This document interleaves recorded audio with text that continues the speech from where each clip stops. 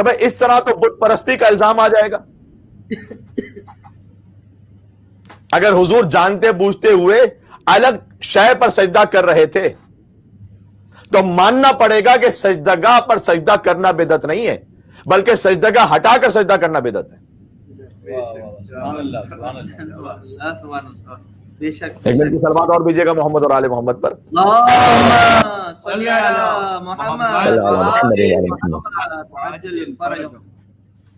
اور اس وقت کے کسی مشرک نے بھی اعتراض نہیں کیا کہ ہم میں اور آپ میں فرق کیا رہ گیا، کہ ہم بھی ایک بت کے سامنے جھکتے ہیں، آپ بھی ایک شے کے سامنے جھک رہے ہیں. کسی مشرک نے یہ نہیں کہا کہ بھئی اگر مشرک ہے تو پھر ہم دونوں ہیں، اور موحد ہے تو ہم دونوں ہیں.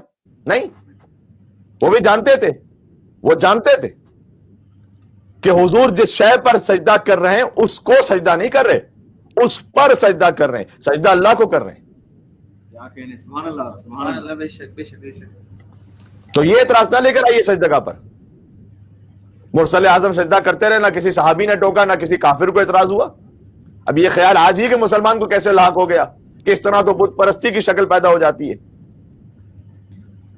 اور آپ یقیناً متوجہ ہے کہ بت پرستی کے معنی بت کو سجدہ کرنے کے ہیں. سجدگاہ میں سجدگاہ کو سجدہ نہیں ہوتا، سجدگاہ پر سجدہ ہوتا ہے. اگر یہ فرق کل کے کافر کو معلوم تھا تو آج کے بعض مسلمانوں کو کیوں نہیں معلوم؟ تو دو ہی باتیں ممکن ہے کہ یا مسلمان تعصب اور تنگ نظری کا شکار ہیں اور افتراق ایجاد کرنا چاہتے ہیں، یا مسلمان اتنا بھولا اور ناواقف ہو گیا ہے کہ اسے بت اور سجدگاہ کا فرق ہی نہیں معلوم. اسے سجدگاہ خاک شفا اور نعوذ باللہ کسی بت کا اسے فرق ہی نہیں پتا چل رہا. حقیقت تو یہ ہے کہ جو ذہن بت پرستی کے سائے میں پرورش پاتا ہے اسے ہر منزل پر بت پرستی اور شرک نظر آتا ہے. اور وہ مسلمان کیا کہنے. اگر بت پرستوں کے بجائے بت شکن کا پرستار ہو جاتا تو یہ خیال ذہن میں آتا ہی نہیں. نعرہ حیدری پر محمد والے محمد صلوات. اللہم صلی علی.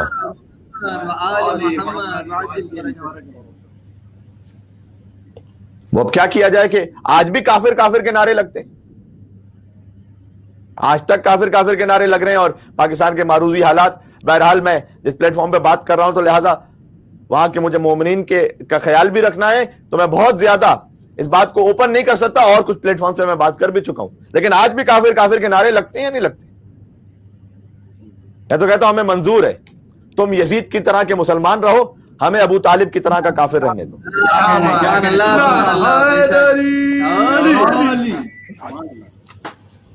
ٹھیک ہے، یہ ہمیں منظور ہے.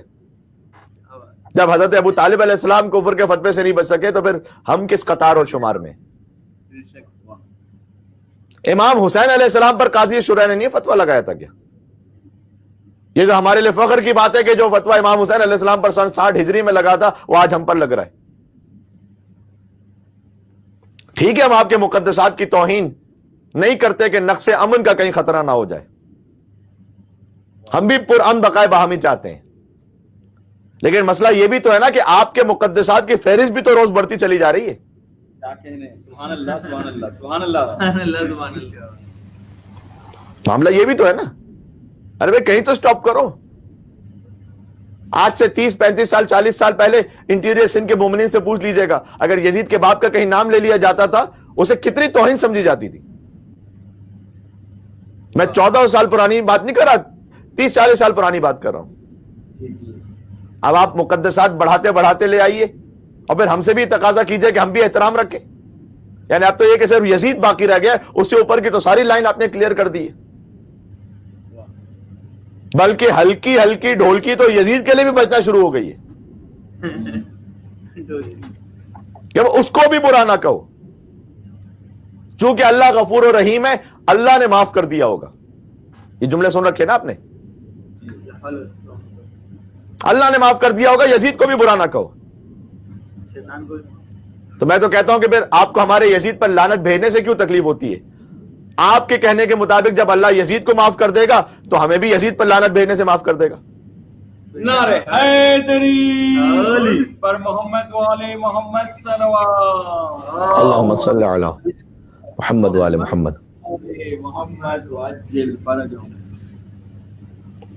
یعنی یہ میں نہیں کہہ رہا نقل کفر نہ باشد، یہ تو آپ کہہ رہے ہیں وہ اللہ جو ایسا غفور و رحیم ہے جو یزید جیسے کو بھی معاف کر دے تو ہمیں تو کنفرم معاف کر دے گا. پھر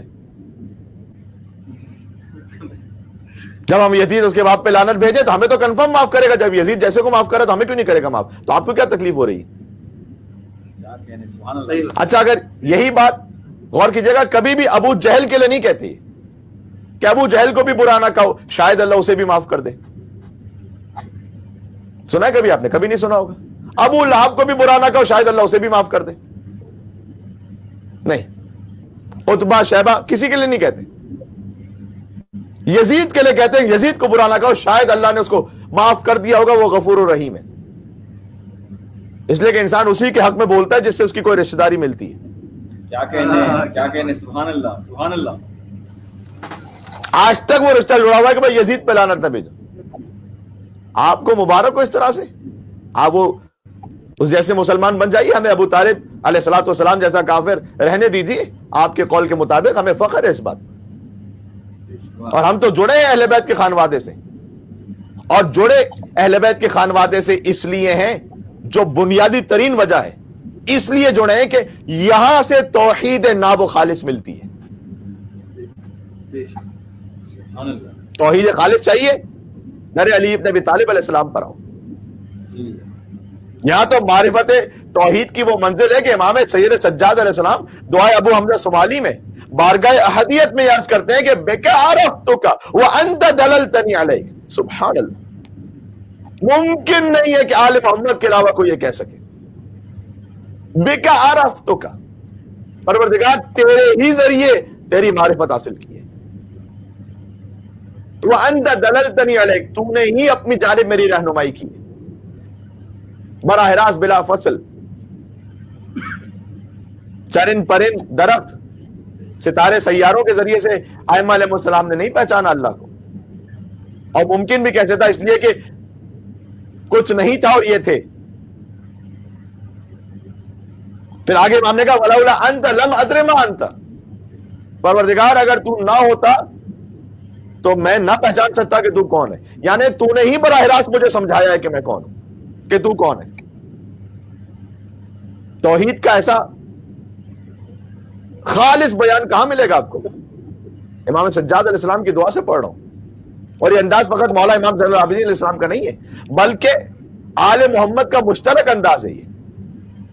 کہ امیر بیان نے دعائے صباح میں یہ نہیں فرمایا کہ یا من دل علی ذاتہ بذاتہ وتنزہ عن مجانست مخلوقاتہ، اے وہ خدا، یہ مولا کائنات کا بیان دعائے صباح، اے وہ خدا جس نے اپنی ذات کی طرف اپنی ذات ہی سے رہنمائی کی ہے. اس کی معرفت کا کوئی اور ذریعہ نہیں ہے، خود وہ اپنی معرفت کا ذریعہ ہے. سوائے ائمہ علیہ السلام کے ممکن نہیں کوئی جملے کہہ سکے. یہ توحید خالص لے کر آؤ کہیں پر. حتی انبیاء علیہ السلام کے واقعات میں بھی یہ طریق معرفت نہیں ملتا کہ براہ راست بلا فصل خدا کی معرفت. حضرت آدم اور حضرت ابراہیم علیہ السلام کے واقعات اس بات کی گواہ وقت نہیں کہ میں تفصیل میں جاؤں، اور اس کی وجہ بہت سامنے کی ہے کہ انبیاء کی تخلیق زمین و آسمان کے بعد ہوئی. غور کیجئے گا، انبیاء کی تخلیق زمین و آسمان کے بعد. جبھی تو خاک سے حضرت آدم کو خلق کیا اللہ نے. تو خاک پہلے سے ہے نا، تب حضرت آدم علیہ السلام کو خلق کیا. تو زمین پہلے سے ہے، آسمان پہ. انی جاعل فی الارض خلیفہ. ملائکہ نے جب اعتراض کیا تو اللہ سبحانہ وتعالیٰ نے جواب دیا کہ میں زمین پر خلیفہ بنانے والا ہوں. جب اللہ نے کہا میں زمین پر خلیفہ بنانے والا ہوں، اس کے بعد ملائکہ نے اعتراض کیا. یعنی کہنے کا مقصد ہے کہ زمین پہلے سے ہے نا، تب حضرت آدم کو خلیفہ بنایا جا رہا ہے. تو انبیاء علیہ السلام کی تخلیق زمین و آسمان کے بعد ہے. تو انبیاء علیہ السلام جو کہ معصوم ہے، اور ظاہر ہے کہ ہم تو خاکی اور خاطی انسان ہیں، لیکن جو حفظ مراتب کی بات ہے وہ ہے کہ خلق ہونے کے بعد انہوں نے زمین کو دیکھا، پھر انہوں نے آسمان کو دیکھا، ستاروں کو دیکھا، چاند کو دیکھا، سورج کو دیکھا، سیارات کو دیکھا. ان کے ذریعے سے معرفت کو گویا معرفت کا ایک ذریعہ بنایا ان سب چیزوں کو، اور پھر اپنی اقوام کو بتایا کہ خدا کو پہچاننا ہے تو ان مخلوقات کے ذریعے پہچانا. لیکن آل محمد کی منزل اس سے جدا گانا ہے. ان کا نور اس وقت خلق ہوا جب زمین نہیں تھی، آسمان نہیں تھا، ستارے نہیں تھے، کواکب اور سیارے نہیں تھے. اس لیے قدرت نے آواز دی کہ اے نور محمدی صلی اللہ علیہ وآلہ وسلم، کائنات مجھے مخلوقات کے ذریعے پہچانے گی. جو مخلوقات ہیں وہ اللہ سبحانہ و تعالیٰ نے گویا کہا کہ مجھے مخلوقات کے ذریعے پہچانا جائے گا اور میں آپ کو براہ راست اپنی معرفت عطا کروں گا. آپ نہ زمین کے محتاج ہوں گے، نہ آسمانوں کے محتاج ہوں گے، نہ ستاروں کے، نہ سیاروں کے. آپ کی منزل ہی الگ ہے. سب مجھے میری مخلوقات کے ذریعے پہچانیں گے اور دنیا مجھے آپ کے ذریعے پہچانے گی. پتہ نہیں کتنی بات واضح ہو رہی ہے تاکہ محتاج اور بے نیاز کا فرق واضح ہو جائے. اہل دنیا سمجھ لیں کہ جو کائنات کا محتاج ہوتا ہے وہ کون ہوتا ہے اور جس کی کائنات محتاج ہوتی ہے وہ کون ہوتا ہے. سبحان اللہ. آپ اشارہ کریں گے تو چاند ٹکڑے ہو جائے گا. آپ اشارہ کریں گے سورج مغرب سے پلٹ آئے گا. آپ اشارہ کریں گے پانی جواہرات میں تبدیل ہو جائے گا. آپ اشارہ کریں گے انگریزے آپ کا کلمہ پڑھنے لگیں گے. امام زین العابدین علیہ السلام اشارہ کریں گے تو ملک الموت ان کی زائرہ کی روح کو واپس پلٹا دے گا. کیا کہنے. سبحان اللہ سبحان اللہ. ایک ایک واقعے میں ظاہر ایک ایک جملے پورا واقعہ ہے، لیکن ماشاءاللہ آپ بزرگ علماء کرام کو سماعت فرماتے رہتے ہیں. حجت اسلام المسلمین مولانا سید ابو طالب طباطبائی صاحب، حجت اسلام المسلمین استاد محترم مولانا قبلہ الکعبہ نادر صادقی صاحب. تو میں تو بالکل ایک چھوٹا سا طالب علم ہوں، میں تو ثواب کے لیے بس کچھ ادھر ادھر سے جملے پڑھ دیتا ہوں، لیکن آپ تو بزرگ علماء کو سنتے رہتے تو یہ سارے واقعات اور مطالب آپ کے پاس موجود ہے پہلے سے. مسقط کے مومنین سے میں گزارش بالخصوص مخاطب ہوں، اس لیے کہ اس پلیٹ فارم سے مجلس رضا ویسے پوری دنیا میں جا رہی ہے، لیکن دربار معصومین اس کے ہوسٹ ہیں. تو ملک الموت امام زین العابدین علیہ السلام کی زائرہ کی روح واپس پلٹا دے گا اگر مولا کا اشارہ ہو جائے. کیا کہنے. سبحان اللہ. اسی طریقے سے خود صحیفہ کاملہ جو ہمارا ویسے اشرے کا موضوع ہے، کل سے پھر اس پہ تفصیل سے بات شروع ہوگی انشاءاللہ. امام زین العابدین علیہ السلام کے انداز معرفت کا شاہکار ہے. مطالعہ کیا جائے تو معلوم ہوگا کہ عبد و معبود کا رشتہ کیا ہے. حسن طلب بھی ہے اس میں، حسن قبول بھی ہے. وہ صفات و جلال و جمال کا تذکرہ اور ذات و صفات کی مباحث، معرفت کے دروس، پھر عاقبت کی فکر، خوف خدا، بیان جنت، تذکرہ جہنم، یعنی جو کچھ صحف انبیاء میں ہے اس کا مختصر مجموعہ صحیفہ سجادیہ. سبحان اللہ سبحان اللہ. جبھی تو صاحبان معرفت نے کبھی اسے زبور آل محمد کا اور کبھی انجیل اہل بیت کا، اور یہ واضح کر دیا کہ اگر قرآن دیکھیں زبور آل محمد اور انجیل اہل بیت میں ایک درس پوشیدہ ہے کہ اگر قرآن آخری کتاب نہ ہوتی تو اسے بھی مصحف کا درجہ حاصل ہو جاتا، لیکن عظمت قرآن یہ ہے کہ لا رتب ولا یابس الا فی کتاب مبین وَإِنَّا نَحْنُ نَزَّلْنَا الذِّكْرَ وَإِنَّا لَهُ لَحَافِظُونَ. تو یہ جو قرآن ظاہر ہے کہ کتاب لا ریب ہے، اللہ سبحانہ وتعالیٰ کی آخری کتاب ہے، لہذا امام سجاد علیہ السلام کی دعاؤں کو مصحف نہیں کہا گیا لیکن صحیفہ سجادیہ کہا گیا، اور متکلم کو مصحف ناطق کہا گیا. تو یہ امام کی زندگی کے احوال میں سے بس چیزہ کچھ نکات ہم نے آپ کے سامنے عرض کیے. اور ذات میں گزارش کروں گا، ظاہر ہے کہ اگر آج حجاب پہ بات نہ ہو تو پھر کب بات ہوگی. ساری زندگی امام سجاد علیہ السلام گریہ فرماتے رہے، الشام کہتے رہے. روایات میں اپنی ماؤں بہنوں سے دست بستہ گزارش کر رہا ہوں، روایات میں فقط حجاب پر اصرار نہیں ہے، شدت حجاب پر اصرار ہے.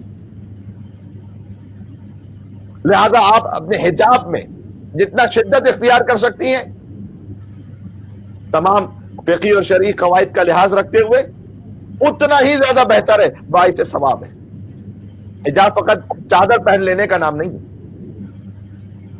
چادر تو اس کا ایک حصہ ہے جس میں مکمل طور پر چھپا لیا جائے بالوں کو، ورنہ یہ کہ کتنی مرتبہ کور پورا کیا ہوا ایک خاتون نے، ایک مستور نے، لیکن مثلا فرض کے کلر ایسا پہنا ہوا ہے کہ جو شوق کلر ہے، اٹریکٹ کر رہا ہے، نامناسب ہے. فَيَطْمَعَ الَّذِي فِي قَلْبِهِ مَرَضٌ. یہ ویسٹ نے سکھلایا ہوا ہے نا ہمیں کہ حجاب تو خاتون کی عفت کا مسئلہ نہیں، یہ تو مرد کی نگاہوں کا مسئلہ ہے، مرد اپنی نگاہوں کو ٹھیک کرے.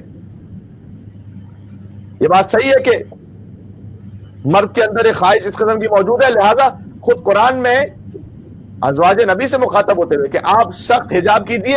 فَيَطْمَعَ الَّذِي فِي قَلْبِهِ مَرَضٌ.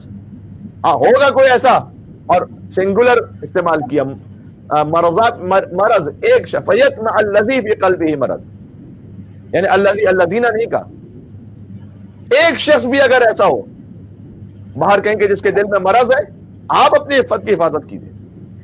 اسے اپنی نظر کا اور اپنی خیانت کا حساب دینا ہے اللہ عز و جل کے پاس بلا شک.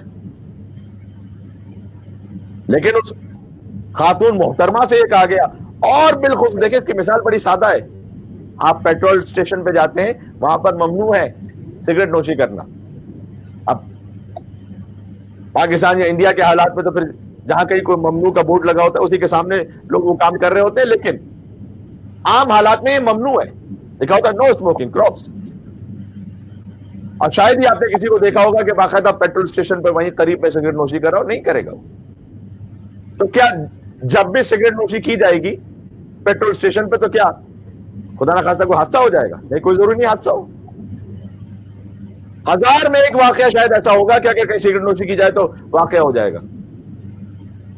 1000 میں ایک دفعہ بچنے کے لیے 999 پہ پابندی لگا دی گئی کہ خبردار، not allowed, smoking is not allowed, absolutely not allowed. کیوں 1000 میں ایک دفعہ کیا ریشو بنتا ہے؟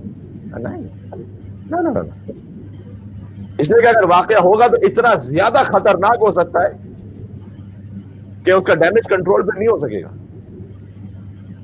لہذا حجاب کے معاملے میں فقط میں آپ سے عرض کرتا ہوں واجب پہ نہ رکے، اس سے آگے بڑھنے کی کوشش کی. شدت حجاب کو ماشاءاللہ ہم نے مومنین مسقط میں جو مومنین ہیں ہمیں جو اطلاعات ملتی ہے، ہم آپ کے پاس مجلس پڑھنے کے لیے پہلے حاضر بھی ہو چکے ہیں. کافی اچھا حجاب کے اعتبار سے اہتمام ہوتا ہے، لیکن امام سید سجاد علیہ السلام کی مجلس میں اس بات کو بیان کرنا ضروری ہے. لا دین لمن لا حیا لہ. کتنی احادیث حیا پر موجود ہیں کہ حیا ہے تو زینت اسلام ہے، حیا ہے تو گناہوں کی مغفرت ہے. یہ ساری احادیث پڑھ رہا ہوں. حیا ہے تو پھر دین ہے، جس کے پاس حیا نہیں اس کے پاس دین نہیں. ایک حیا کا ہونا، ایک شرم کا ہونا، مردوں میں بھی اس حیا کا ہونا. ویسٹرن ورلڈ میں آتے آتے اور اس کا اثر لیتے لیتے اب ہمارے جوان بھی گھروں کے اندر کبھی گھروں سے باہر وہ شارٹس میں گھوم رہے ہوتے ہیں.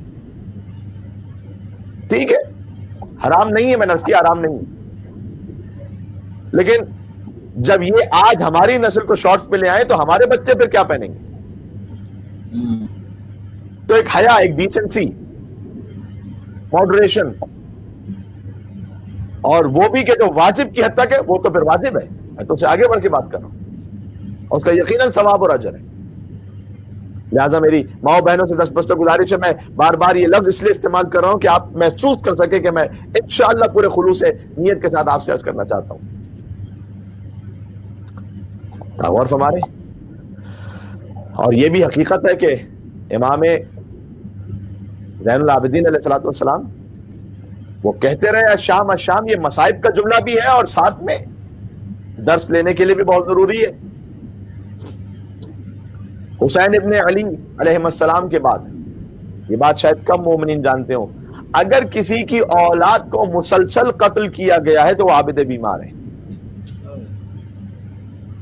مولا کی اولاد، ان کی نسلیں، بنی امیہ نے قتل کیا، بنی عباس نے قتل کیا، بادشاہوں نے قتل کیا، ڈھونڈ ڈھونڈ کے قتل کیا. زید شہید اور زید شہید کی اولاد کو چن چن کے قتل کیا گیا. امام زین العابدین علیہ السلام اگرچہ کہ آدم آل محمد ہے، ابھی ہم نے عرض کیا، لیکن اس کے باوجود بھی ان کی نسلوں میں بہت شہادتیں. تاریخ ائمہ گواہ ہے کہ آپ کی نسل میں جتنے شہید گزرے کسی امام کی نسل میں اتنے شہید نہیں گزرے. کربلا کی یاد سید الساجدین سے باقی رہی. دنیا یہ سمجھی کہ کربلا کے بعد اکیلا بچا ہے، مگر دنیا کو کیا معلوم تھا کہ اس تنہا سے بھی جب بدلہ لیا جائے گا تو لشکر کے لشکر دوڑیں گے، کبھی خراسان، کبھی بصرہ، کبھی اہواز، کبھی بغداد، کبھی مدائن، کبھی نیشا پور، ڈھونڈتے رہے امام زین العابدین کی اولاد کہاں کہاں ہے، جہاں جس شہر میں ملی قتل کیا گیا، زیدی سادات کہاں کہاں چن چن کے مارا گیا،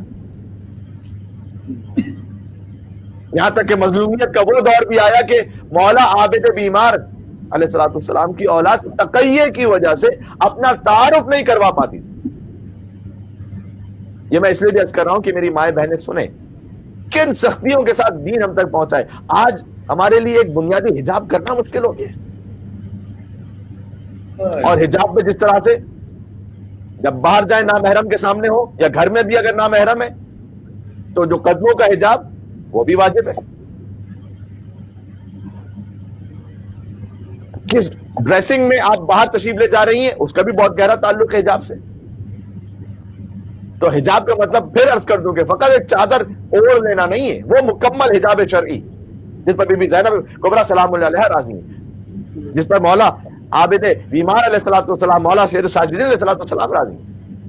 اتنے قربانیاں دی مولا کی اولاد اور نسلوں نے کہ تقیہ کی وجہ سے تعارف نہیں کروا پاتی کہ ہم کس کی نسل سے ہیں۔ ایک وقت یہ بھی آیا کہ مثلا کہیں ازدواج ہوا، جب اولاد ہوئی تو بچوں کو یہ نہیں معلوم تھا کہ ہمارا باپ سید سجاد کا پوتا ہے۔ یہ تاریخ میں ہے عزیزان گرامی، میں کیا عرض کروں، اور یہ تاریخ جو کہ کم مومنین تک شدت سے پہنچی، لہٰذا ہم نے مناسب سمجھا کہ اس مجلس میں اسے بھی بیان کیا جائے، اور میں یہیں سے ربط مصائب دوں گا اس کے۔ حضرت عیسیٰ ابن زید کے حالات پڑھ لیجیے، زندگی گزاری حضرت عیسیٰ ابن زید امام زین العابدین علیہ السلام کے پوتے ہیں، زندگی گزاری سقائی کرتے کرتے، کوفہ میں ایک اونٹ لے لیا، پانی سے مشکیں بھر لیں، مشکوں کو اونٹ پر لادا کرتے تھے اور پھر ایک ایک گھر میں پانی پہنچاتے تھے، ایک عام سکا کی طرح زندگی گزاری، پھر جو کچھ ملتا رہا اس سے بچوں کا گزر بسر کرتے رہے، یہاں تک کہ جب ان کی بیٹی بڑی ہو گئی تو کوفے والوں کو نہیں پتا تھا کہ یہ کون ہے۔ کوفے والوں میں سے ایک شخص نے آ کر ان کی زوجہ سے کہا کہ ہم آپ کی بیٹی سے اپنے بیٹے کا نکاح کرنا چاہتے ہیں، اور وہ تھے کوفہ والے، اور کوفہ والے کا او معنی میں کہ عقیدے کے اعتبار سے کچھ اور تھے، وہ حتیٰ دشمنان اہل بیت میں سے تھے، یعنی یا کم سے کم اہل بیت کو امام کی حد میں نہیں مانتے تھے، ہم آپ کی بیٹی سے اپنے بیٹے کا نکاح چاہتے ہیں۔ اچھا، زوجہ خوش ہو گئی، شاید بظاہر اس واقعے سے ایسا محسوس ہوتا ہے کہ زوجہ کو بھی نہیں پتا تھا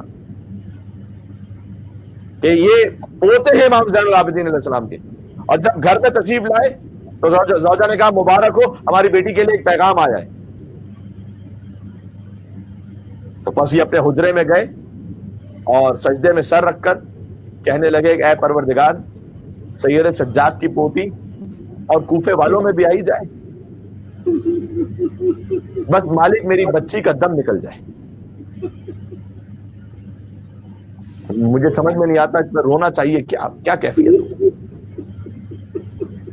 کہ باقاعدہ سجدے میں تشریف لے گئے، دعا کرتے رہے عیسیٰ ابن زید کہ پروردگار میں اس وقت حالت تقیہ میں ہوں، بس میری بچی کا دم نکل جائے، میں یہ کیسے ضبط کروں کہ سید سجاد کے خانوادے سے کوئی بی بی ہو اور وہ کوفے والوں میں بھی آئی جائیں۔ تو روایت کہتی ہے کہ ابھی سجدے سے سر نہیں اٹھایا تھا کہ باہر آ کر دیکھا تو بچی نے دم توڑ دیا تھا،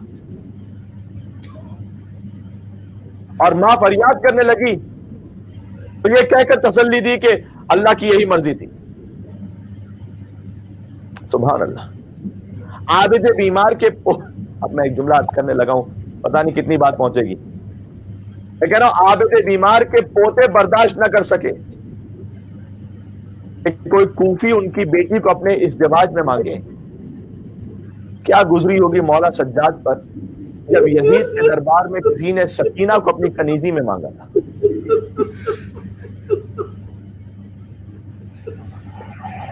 کلیجہ کٹ جائے، زندگی بھر رونے کے لیے ایک جملہ کافی ہے، اللہ اکبر، اللہ اکبر۔ کچھ مجھے مصائب کا ذکر کرنا ہے، آج تو گویا ایک شب شہادت سید الساجدین حسین کے سب سے بڑے عزادار کی شب شہادت ہے،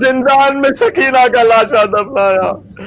اے حضرت حجت مولا امام زمانہ, آپ ہمارا پرسہ قبول فرمائیے گا. آج کی شب یقیناً آپ جنت البقیع کی شکستہ قبر سید سجاد میں تشریف فرماؤ گے, اور آپ بھی سجاد کی طرح کہہ رہے ہوں گے اشا اشا اشا. اس لیے کہ امام زمانہ علیہ السلام زیارت ناحیہ میں جو فرماتے ہیں کہ میں آنسوں کے بجائے خون کے آنسو روتا ہوں, اور جب کسی عارف نے امام سے ملاقات کی تو مولا نے یہی کہا تھا کہ نہ اکبر کے کلیجے پر خون کے آنسو, نہ حسین کے پامال لاشے پر, نہ عباس کے قدے شانوں پر جو اصل خون کے آنسو تھے, کہ زینب سلام اللہ علیہ کے دربار. یقیناً امام زمانہ علیہ السلام بھی اپنے جد سید الساجدین اللہ اکبر ان کی قبر مطہر پر بیٹھ کر کے فریاد کر رہے ہوں گے, اے مولا آپ کے جد سید الساجدین. لکھا ہوا ہے تاریخوں میں, جب مولا کسی محفل میں بیٹھتے تھے نا امام زین العابدین, تو عبا کو پھیلا کر اپنے پاؤں پر ڈال دیتے تھے.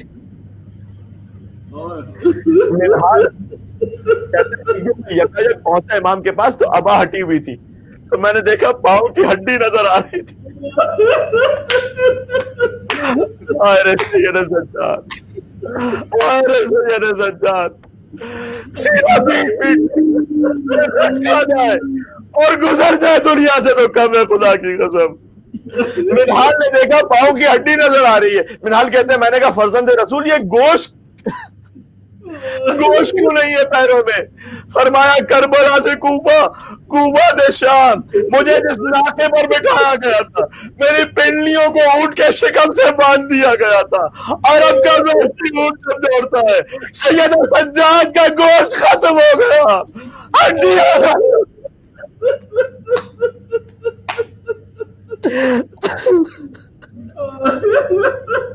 جملہ مجھے کہنا ہے. اللہ اکبر اللہ اکبر. اس عالم میں بھی گویا قدموں کی یہ حالت ہو گئی تھی, لیکن آپ نے سن رکھا ہے نا مولا اپنے بابا کی مجلس میں شرکت کے لیے جایا کرتے تھے. زہری کا واقعہ سن رکھا ہے نا. اے میرے عزیزوں, بالخصوص جو مسجد کے مومنین سن رہے ہیں, انہوں نے ہر گھر میں فرش ادا بچھایا ہوا ہے نا. آپ بھی ہماری طرح اس غربت میں میلبرن میں یہاں پر بھی ہر مومن کے گھر میں فرش اعضا, کوئی ادب سے بیٹھ کر لوگ فرش پہ بیٹھ کے مصائب سنتے ہیں. تو میں ہاتھوں کو جوڑ کر کروں گا جہاں مولا کے مصائب وہاں سید سجاد آتے ہیں نا. اے مومنو تم خوش نصیب ہو, آج سید سجاد تمہارے گھر میں مہمان ہے. میں نے ایک بزرگ سے آیت اللہ گل پائیگانی کے حوالے سے سنا تھا کہ جس مجلس میں جس امام کی شہادت کا ذکر ہو وہ مولا خود تشریف لاتے ہیں, اور پھر فرمایا اگر فاطمہ زہرا کا ذکر ہو تو 12 کے 12 تشریف لاتے. تابع بیان نہیں رہے عزیزوں. میں آج دن کی 4تھی مجلس پڑھ رہا ہوں اور ایک 5ویں مجلس اور پڑھنی ہے اس کے بعد, لہٰذا بس اب جتنا سینے میں دم ہے وہ عرض کرتا جاؤں گا. میں تبرکن واقعہ سنا دوں, اس لیے کہ مصائب کے واقعات تو وہی, اسے تو نہیں بدلا جا سکتا, لیکن میں جو عرض کروں گا آنسوؤں کی بھیگ حسین کی ماں فاطمہ زہرا سے طلب فرما لیجیے گا. زہری نے آ کر کہا مولا میرے گھر میں شادی ہے میرے بیٹے کی, آپ تشریف لائیے گا. امام نے کہا تجھے خبر ہے نا کربلا کے بعد ہم نے کسی خوشی کی تقریب میں شرکت نہیں کی ہے. سر جھکا کر چلا گیا. یہاں علماء لکھتے ہیں کہ معمولاً شادی پر آنے کے لیے کوئی منع کرے تو آپ اصرار کرتے ہیں نا, لیکن زہری گویا ایسا جواب اسے ملا کہ اصرار ہی نہ کر سکا. مولا سے کیا کہتا؟ کچھ دنوں بعد آ کے کہتا ہے مولا میرے گھر میں آپ کے بابا کا ذکر ہے. مولا نے کہا میں آؤں گا. مولا بس انہیں پیروں کے ساتھ کے جن میں گوشت ختم ہو گیا.